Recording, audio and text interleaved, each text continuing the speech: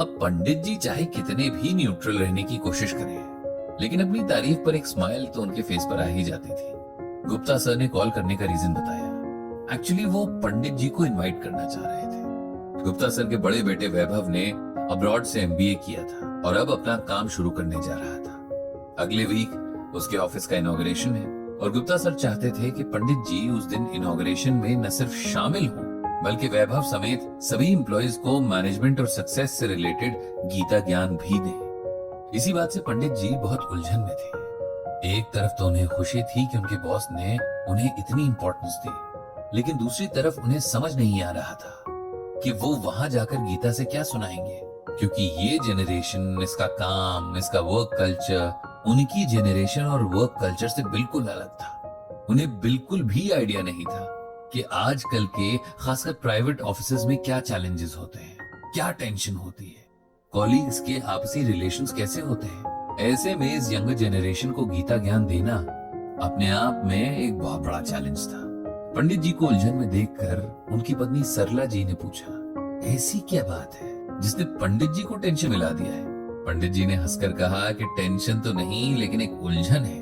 और फिर उन्होंने सरला जी को सारी बातें बता दी। सरला जी को उनकी बात सुनते ही उनकी उलझन का सलूशन भी नजर आ गया। वो हंसते हुए बोली कि आपको 2 दिन से भी ध्यान नहीं आया कि आपके 2 बेटे प्राइवेट सेक्टर में जॉब कर रहे हैं। उनसे अच्छा आपको कौन बता सकता है कि उनकी जॉब या ऑफिसेज में किस तरह के इश्यूज होते हैं, और फिर आप आराम से उन पर गीता ज्ञान को अप्लाई करने का मोटिवेशन वैभव और उसके कलीग्स को दे सकते हैं, और उन्हें ही क्या, आप अपने बच्चों को भी ये समझा सकते हैं। वाह सरला, पंडित जी खुश होकर बोले, तुमने तो चुटकी में मेरी उलझन दूर कर दी है। शाम को पंडित जी ने अपने बड़े बेटे राघव से बात की। उसे बहुत खुशी थी कि उसके फादर को यंग जनरेशन से इंटरैक्ट करने का मौका मिल रहा था। जब पंडित जी ने उससे सवाल किया कि उसकी जनरेशन को ऑफिस में किस तरह की प्रॉब्लम्स का सामना करना पड़ता है, किस तरह की टेंशन्स रहती हैं, वर्क कल्चर कैसा रहता है, तब राघव ने उन्हें बहुत डिटेल में बताया। पंडित जी हैरान थे कि इतनी कम उम्र में इन बच्चों पर कितना प्रेशर है, कैसे इनका एक एक मिनट टेंशन में बीतता है, खुद को प्रूव करने के लिए कितना टफ कंपटीशन रहता है कि सब एक दूसरे के दुश्मन बन जाते हैं। राघव ने कहा, ये सब तो आज के टाइम का एक बिटर ट्रूथ है जिससे हम भाग नहीं सकते। उससे बात करने के बाद पंडित जी ने अपनी श्रीमद् भागवत गीता खोल दी। वे दिल से चाहते थे कि अगर इनमें से 1-2 बच्चों को भी गीता से कुछ सिखा पाए, समझा पाए, तो उन्हें लगेगा कि कुछ किया है। बहुत देर तक गीता ज्ञान में गोते लगाने के बाद आखिर पंडित जी के हाथ कुछ मोती लग ही गए थे। जिस दिन गुप्ता सर के बेटे के ऑफिस का इनॉग्रेशन था, उस दिन सुबह सुबह ही पंडित जी सरला जी के साथ तैयार होकर वहां पहुंच गए थे। उन्हें बहुत खुशी हो रही थी कि मॉडर्न फैसिलिटीज वाले इस ऑफिस की शुरुआत प्रॉपर पूजा पाठ और हवन के साथ हो रही थी। नई सोच के साथ खानदानी संस्कारों का ये जोड़ उन्हें बहुत अच्छा लगा था। जब पूजा पाठ और हवन संपन्न हो गया, तब कॉन्फ्रेंस हॉल में बैठे गुप्ता सर ने बड़ी रिस्पेक्ट के साथ पंडित जी का इंट्रोडक्शन दिया। पंडित जी झिझकते हुए आगे बढ़े और गुप्ता सर के पास पहुंच गए। उन्होंने सर को धन्यवाद कहा और वैभव के साथ सारे स्टाफ को बेस्ट विशेस भी दी। अब पंडित जी ने सबके साथ श्रीमद् भगवत गीता से चुने हुए कुछ मोती बांटना शुरू किया। प्यारे बच्चों, मुझे बहुत खुशी है कि आप लोगों ने अपनी लाइफ के बहुत बड़े स्टेप को आज लिया है।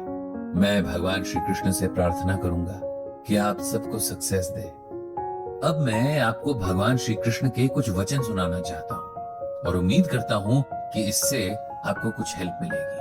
पहला श्लोक कुछ इस तरह से है, योगस्थः कुरु कर्माणि संग त्यक्त्वा धनंजय सिद्धये सिद्धयोः समो भूत्वा समत्वं योग उच्यते।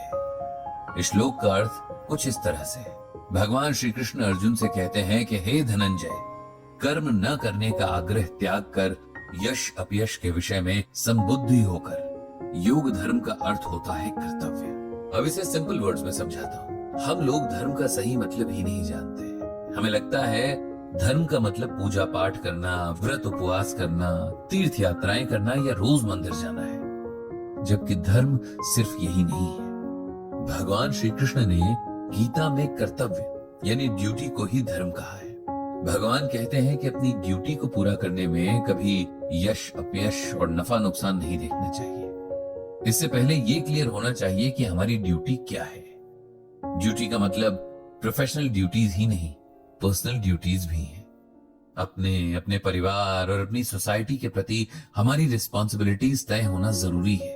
जब ये तय होगा तब लाइफ में हमारी प्रायोरिटीज भी सेट होंगी और हर काम के लिए बेटर रिजल्ट्स मिलेंगे और मन भी शांत रहेगा। मन में शांति होगी तो हर काम अच्छा होगा।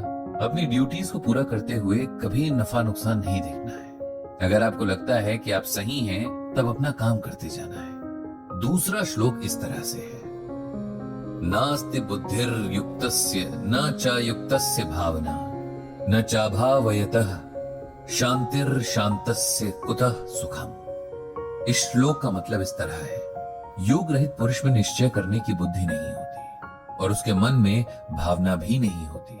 ऐसे भावना रहित पुरुष को शांति नहीं मिलती और जिसे शांति नहीं, उसे सुख कहां से मिलेगा। इसे सिंपल वर्ड्स में ऐसे समझिए कि हम में से हर कोई व्यक्ति अपने लिए सुख चाहता है। इसके लिए हम सारी जिंदगी भटकते रहते हैं, मेहनत करते हैं, एक दूसरे से लड़ते झगड़ते हैं, लेकिन हम भूल जाते हैं कि सुख बाहर नहीं, हमारे अपने मन में है। हम लोग सुख को बाहर ढूंढते हैं और वो कभी भी नहीं मिलता। जिसे कुछ देर के लिए मिले भी तो फिर खो जाता है। सबसे जरूरी बात जो हमें समझनी है वो ये है कि जिसके मन में शांति ना हो उसे कभी सुख नहीं मिल सकता। इसीलिए सुख पाने के लिए मन पर कंट्रोल होना बहुत जरूरी है। आपके टारगेट्स पूरे होने का सुख, प्रमोशन का सुख, सब टेम्पररी है अगर आपके मन में शांति नहीं है। इसीलिए पहले अपने मन को शांत रखें। अगर ये हो गया तो कुछ भी इम्पॉसिबल नहीं है। इसके बाद पंडित जी ने कुछ और गीता ज्ञान की बातें शेयर की, सुनने वालों के कुछ डाउट्स क्लियर किए और बहुत सारे सवालों के जवाब दिए।